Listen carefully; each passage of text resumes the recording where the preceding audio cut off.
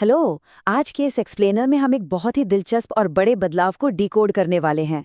भारत के कई राज्यों में इन दिनों एक नई लहर देखने को मिल रही है, ऑस्टेरिटी यानी किफायती उपायों की लहर। तो चलिए बिना देर किए सीधे इस विषय की गहराई में चलते हैं और समझते हैं कि उत्तर प्रदेश, महाराष्ट्र और दिल्ली जैसे राज्य अचानक ईंधन की खपत कम करने, वर्क फ्रॉम होम को बढ़ावा देने और पब्लिक ट्रांसपोर्ट को प्राथमिकता देने के लिए इतने कड़े कदम क्यों उठा रहे हैं। जरा सोचिए, एक ऐसा नजारा जिसकी कुछ समय पहले तक कल्पना करना भी मुश्किल था। राज्य के बड़े बड़े मंत्री और शीर्ष अधिकारी अचानक अपनी लंबी चौड़ी वीआईपी गाड़ियां छोड़कर मेट्रो या लोकल ट्रेन में सफर कर रहे हैं। आखिर ऐसा क्या हुआ कि एकदम से ये सारे बड़े चेहरे पब्लिक ट्रांसपोर्ट की तरफ रुख कर रहे हैं? देखिए, ये कोई आम पीआर स्टंट नहीं है। असल में इसे ऑस्टेरिटी मेजर्स या सीधे शब्दों में कहें तो किफायती उपाय कहा जाता है। दुनिया भर में चल रही अस्थिरता और पश्चिम एशिया के संकट को देखते हुए प्रधानमंत्री ने जिम्मेदारी से ईंधन खर्च करने की अपील की थी।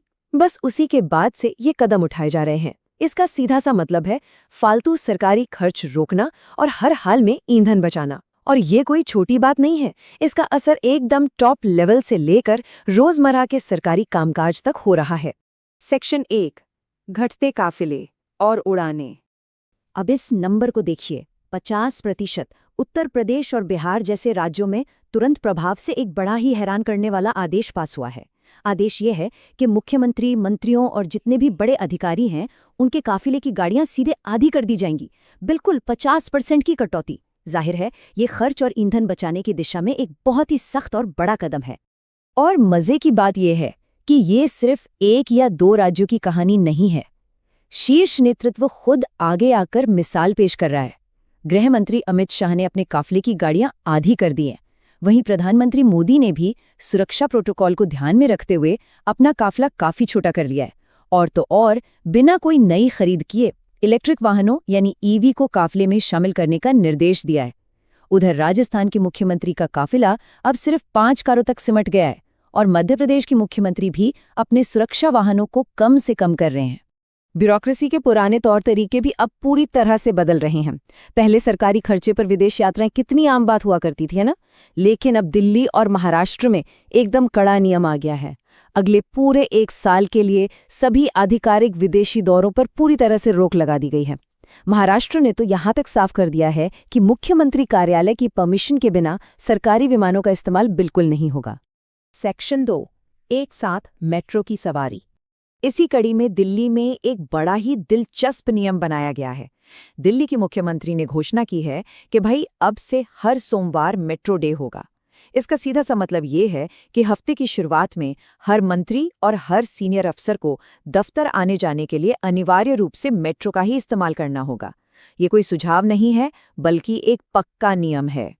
और अगर हम अलग अलग राज्यों को देखें तो सब लगभग एक ही दिशा में चल रहे हैं। जहां दिल्ली में सोमवार को मेट्रो डे मनाया जा रहा है, वहीं उत्तर प्रदेश में निर्देश हैं कि मंत्री, सांसद और विधायक हफ्ते में कम से कम एक दिन पब्लिक ट्रांसपोर्ट का इस्तेमाल जरूर करें। महाराष्ट्र में भी बड़े अधिकारियों को हफ्ते में एक बार मेट्रो, लोकल ट्रेन या पब्लिक बस से सफर करने को कहा गया है। ये कदम सीधे तौर पर वीआईपी कल्चर को कम करके उन्हें आम जनता के सफर से जोड़ रहा है। अब यहाँ एक बड़ा ही स्वाभाविक सा सवाल उठता है, जब बड़े अधिकारियों और नेताओं के सफर करने के तरीके इस तरह बदल रहे हैं, तो आम सरकारी कर्मचारियों के रोजमर्रा के कामकाज पर इसका क्या असर पड़ रहा है? चलिए इसे समझते हैं। सेक्शन 3, वर्क फ्रॉम होम की ओर बदलाव। उत्तर प्रदेश और दिल्ली ने तो इसे लागू करने के लिए एक पूरी स्टेप बाय स्टेप रणनीति बना ली है। कर्मचारियों को हफ्ते में 2 दिन वर्क फ्रॉम होम देने की सलाह दी गई है। इसके अलावा राज्य सचिवालयों में होने वाली कम से कम 50% आंतरिक बैठकों को अब पूरी तरह से वर्चुअल कर दिया गया है। इतना ही नहीं, कॉलेजों और विश्वविद्यालयों में गेस्ट लेक्चर और नॉन प्रैक्टिकल क्लासेस भी अब ऑनलाइन मोड में शिफ्ट हो रही हैं। मकसद बिल्कुल साफ है, सड़कों पर बेवजह की भीड़ को कम करना। पीक आवर्स के ट्रैफिक से निपटने के लिए दिल्ली ने एक और स्मार्ट तरीका निकाला है, स्टैगर्ड टाइमिंग्स, यानी ऑफिस जाने के समय को अलग अलग हिस्सों में बांट देना। अब दिल्ली सरकार के ऑफिस सुबह 10:30 बजे से शाम 7 बजे तक चलेंगे, जबकि नगर निगम यानी एमसीडी के ऑफिस सुबह 8:30 से शाम 5 बजे तक खुलेंगे। इससे होगा ये कि एक ही समय पर सड़कों पर जो गाड़ियों का भारी हुजूम आता था वो रुकेगा और जाहिर है ईंधन की भी भारी बचत होगी। सेक्शन 4 डिजिटल ऑन लोकल को अपनाना। अब जरा महाराष्ट्र सरकार के नए निर्देशों पर गौर करते हैं। वहां ईवी चार्जिंग स्टेशन और पीएनजी कनेक्शन बहुत तेजी से दिए जा रहे हैं। बिजली बचाने के लिए सरकारी दफ्तरों में एसी का तापमान 24 से 26 डिग्री के बीच फिक्स कर दिया गया है। पुलिस को भी साफ निर्देश है कि किसी भी तरह की बाइक रैली या गाड़ियों के जुलूस की अनुमति न दी जाए। और तो और अगले 6 महीनों तक नए सलाहकारों की नियुक्ति पर भी पूरी तरह से ब्रेक लगा दिया गया है। ये सारे कदम सीधे तौर पर सरकारी फिजूल खर्ची रोकने के लिए हैं।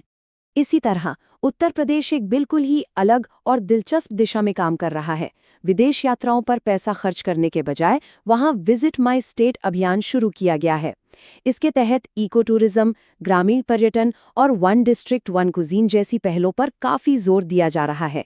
दुनिया भर में रहने वाले एनआरआई और स्थानीय लोगों को विदेश जाने के बजाय अपने ही राज्य के पर्यटन, हेरिटेज टूर और लोकल शॉपिंग फेस्टिवल का हिस्सा बनने के लिए प्रेरित किया जा रहा है। सरकारी आदतों के साथ साथ संस्थागत खपत का तरीका भी बदल रहा है। जैसे खाद्य तेलों के भारी आयात को कम करने के लिए महाराष्ट्र ने अपने जेलों, अस्पतालों और कैंटीनों के मेन्यू तक बदल दिए हैं ताकि तेल का इस्तेमाल कम से कम हो। इसके साथ ही कृषि विभाग किसानों को रासायनिक खादों से हटाकर प्राकृतिक और जैविक खेती की तरफ ले जाने का काम कर रहा है। अर्थव्यवस्था को अंदर से मजबूत करने का ये एक बहुत ही गहरा तरीका है। सेक्शन 5 एक सामूहिक प्रयास। इस पूरे अभियान का असली मकसद क्या है, इसे उत्तर प्रदेश के मुख्यमंत्री के इस बयान से आसानी से समझा जा सकता है। उन्होंने कहा कि दुनिया अस्थिरता देख रही है और सभी को सावधानी बरतनी चाहिए। समाज के विभिन्न वर्गों को भी इस अभियान से जुड़ना चाहिए।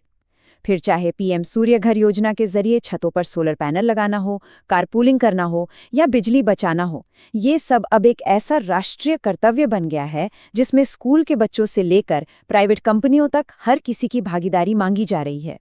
तो अंत में एक बड़ा सवाल हम सबके सामने आता है।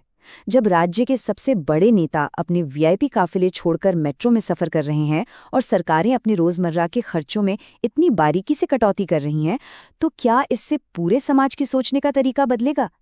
क्या ये सिर्फ एक तात्कालिक उपाय है या फिर हमारी जीवन शैली में एक बहुत बड़े और स्थायी बदलाव की शुरुआत है?